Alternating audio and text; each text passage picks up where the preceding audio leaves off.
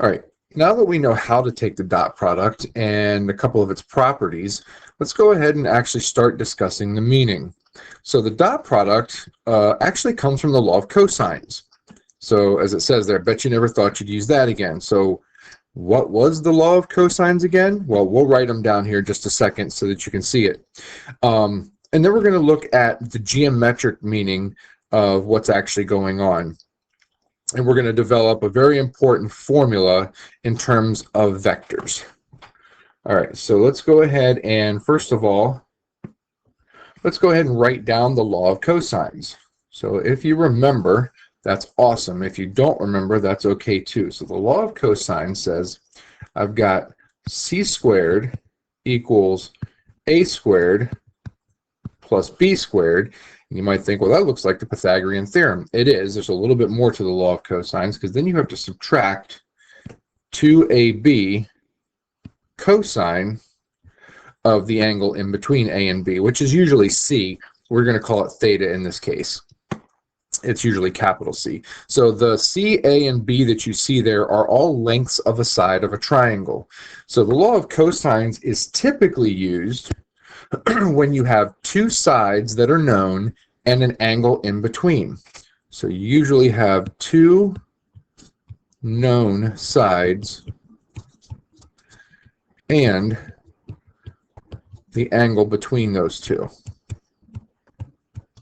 You can also use the law of cosines when you know all three sides of the triangle and you don't know any of the angles to start finding the angles inside. But in this case, we're going to be talking about two known sides with an angle in between. So let's actually go ahead and sketch that.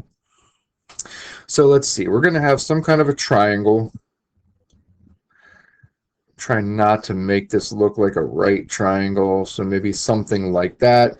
Doesn't look like it's equilateral or anything like that. So up here is side C.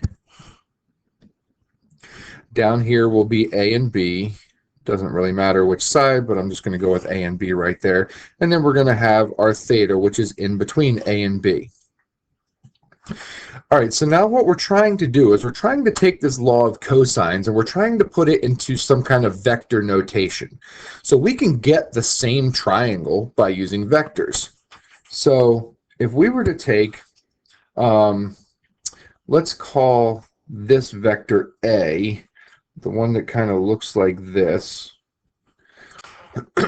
We'll call that one vector A. We're going to call the one on the right-hand side vector B because that matches up with side B there. It's not exactly vertical, but it's not. Yeah, that looks close enough. And then vector C is going to be the one that actually goes in between A and B. Now, vector C is actually going to connect like this. And you might think to yourself, well, wait a minute, if I add A and B together, that's not going to look like vector C, and you'd be correct. As a matter of fact, in this case, because you add vectors tip to tail, it looks like if you were to take B and add it to C, then you would get A. So our formula over here on the left for the vectors here is going to say that vector A is really the sum of vector B plus vector C.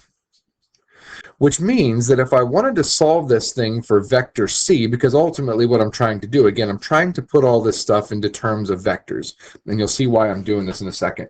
If I want to solve this left-hand orange equation for vector C, I need to subtract vector B on both sides. So really what I would get is that vector A minus vector B equals vector C. Okay, that's what I'm actually trying to get there. And you might think, well, why am I trying to do that? Well, excuse me, let's take a look at this. Again, I'm going to write this down just to make sure that we remember. A, B, and C in the right triangle are just lengths. They are lengths of the sides of the triangle. That's all that they are.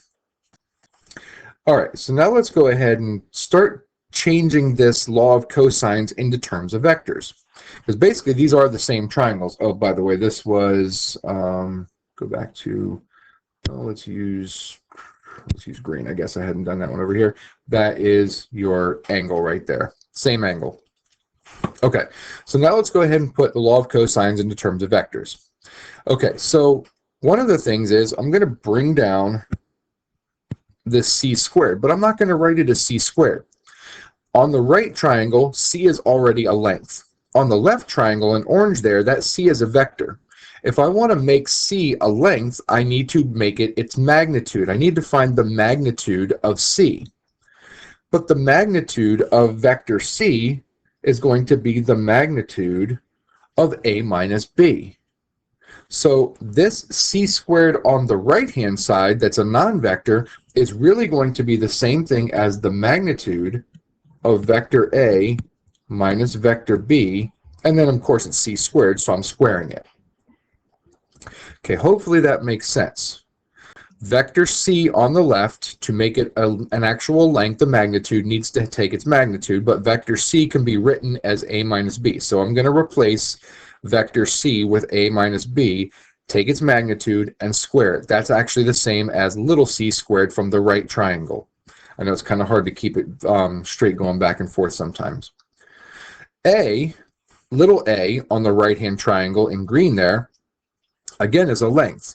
Well, that's exactly the same as the red vector on the left-hand side, except that that's a vector. I need its length. So it's just the magnitude of a. So I'm going to take over here the magnitude of a and square it. Likewise, side b is the same thing as vector b's magnitude. So we'll take the magnitude of vector b and square it.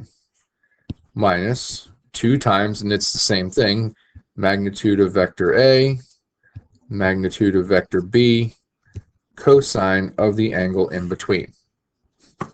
Okay, now by property 1, this is kind of why we went through the properties on the last page. By property 1, the left-hand side here where it says magnitude of a minus b squared can be written as a minus b dotted with itself, or times itself. So a minus b times a minus b. Okay, that comes from property 1, which says that the dot product of two things is the magnitude of that thing squared. So that's exactly what we've got. The dot product of a minus b is the same thing as the magnitude of a minus b squared. That comes from property 1. Okay, and on the right-hand side, everything is just going to stay the same for now. It'll get a little tedious to keep writing all this stuff out, but it will start to simplify quickly and give us a nice formula at the end. And we're always all about getting nice formulas as opposed to complicated ones. Okay, so now let's go ahead, and since we have to dot these things, and I don't know what a minus b is, if it was really simple and we had a and b, we could just, subtract those two vectors, dot them, and we'd get a nice number. We don't have that, so we still have to treat this thing kind of like a FOIL. So it's really going to be a dot a. But remember, a dot a is the same thing as the magnitude of a squared. So when we FOIL this, we're going to do, a dot a. So that's going to be magnitude of a squared. Again, property 1. When you do the outside, it's going to be a dot b, and it's going to be b dot a. And both of them are negative. So I'm really going to have 2 of those. So it's really going to be 2 a dot b. And then the last thing I have to do is the last terms, which is going to be b dotted with itself. The minus and minus become a plus, just like a regular FOIL there, but b dotted with itself is the magnitude of b squared.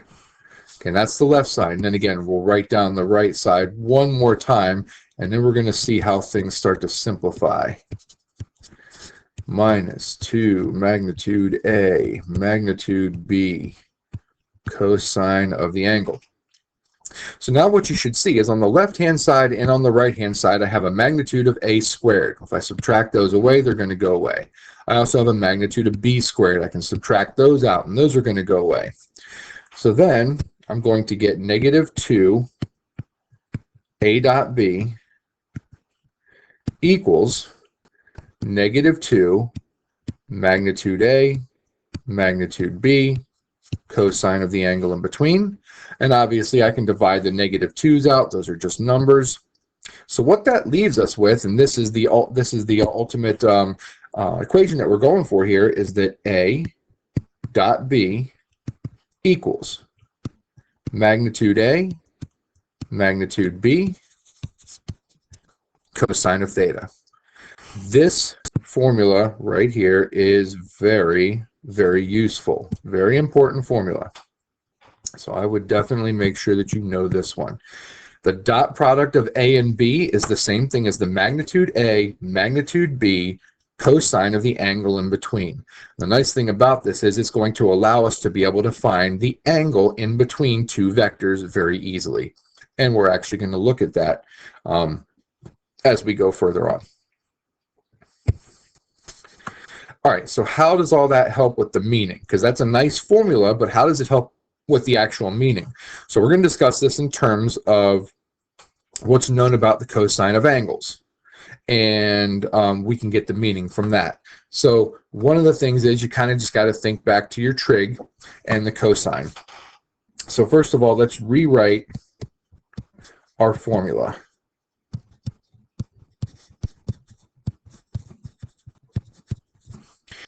Okay, so if I want to know about A dot B and what it actually means geometrically, one of the things we can look at is on the right-hand side, I've got magnitude A, magnitude B. Well, those are magnitudes. So no matter what you do with them, they're going to be positive.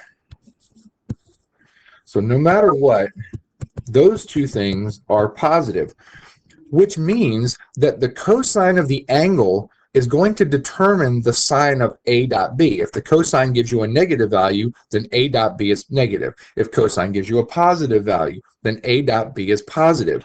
So that means that the cosine, determines the sine, S-I-G-N, not S-I-N-E, of A dot B. All right, so let's go ahead and sketch our cosine curve, at least the first quadrant, and that should be good enough to be able to get us our meaning. So the first quadrant, cosine looks something like this. All right, so that's at 0, that's pi halves, pi in the middle, 3 pi halves there, and then it ends at 2 pi. So if you look at the values of cosine, just as a reminder, cosine is positive from 0 to pi halves. It's also positive from 3 pi halves to 2 pi. So if I get any kind of an angle in between 0 and pi halves and 3 pi halves to 2 pi, the dot product is going to be positive.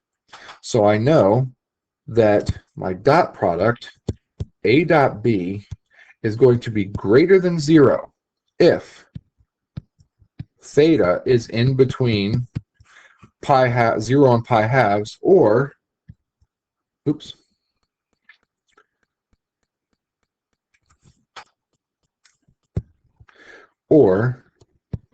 theta lies in between 3 pi halves and 2 pi. And so let's actually take a look at what that looks like just by using a very general sketch here. If I were to start in standard position, that means the vector here is going to go off to the right, basically parallel to the x-axis. That's a standard position for starting an angle. And then if I got an angle between 0 and pi halves, it might look something like this. So here would be your theta. And then if I start another one, again, standard position, and then I want something between 3 pi halves and 2 pi, that means I got to go all the way around the circle until I get down to someplace maybe here in the fourth quadrant area. So you're going all the way around. Your theta is actually the outside angle right there. Okay, so what you should see there is, in general, something where theta is in between 0 and pi halves, or 3 pi halves to 2 pi, these vectors are in the same general direction. They're pointing the same way. So what we can state here is the vectors, let's try this again, vectors are pointing in the same general direction.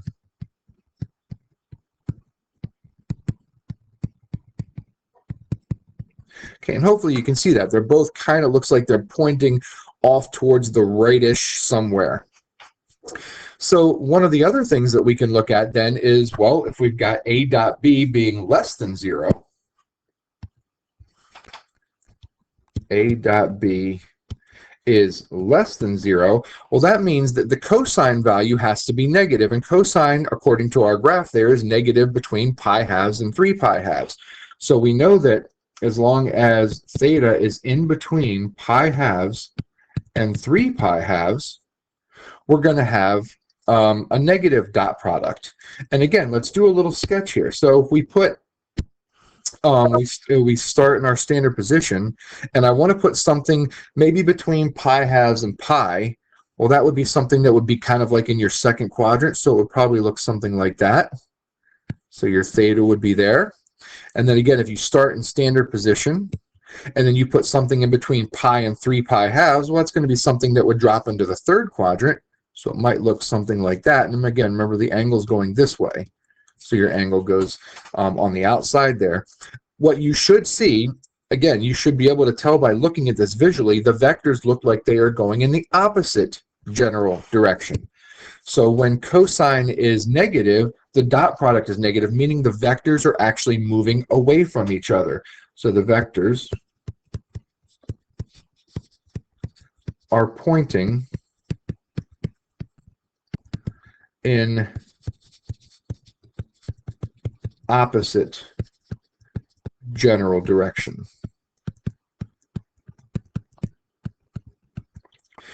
And obviously they're not pointing exactly in the opposite direction, because then they would be, you know, it would basically look like one straight line is what it would look like. But they're in the general opposite direction. That's going to help us when we get to some of the actual applications of this. Okay, one thing you should have noticed is the what I didn't cover so far, because everything didn't have an equal to symbol on it. I didn't cover what happens when theta equals pi halves, when theta equals 3 pi halves. Well, let's think about that, because we know some of this stuff. So if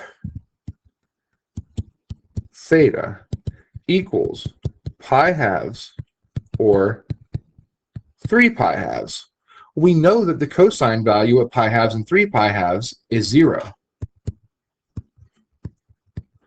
Then the cosine of theta is 0. And let's take a look at what that looks like. So if I've got something where I've got it at pi halves, again, the first one in the general on the standard direction, pi halves we know is straight up, that creates a right angle. And then again, if I do one where, that's theta there, if I do one where I've got theta at 3 pi halves, that is down. And again, the angle goes all the way around the outside there, that's theta. But again, it creates a right angle.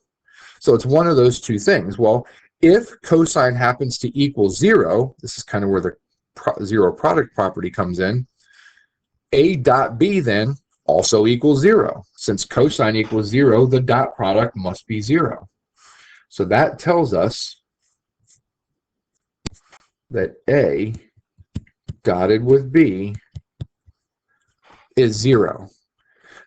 So the ultimate takeaway from this particular part is, if A dot B equals 0, that means that A is perpendicular to B, or A is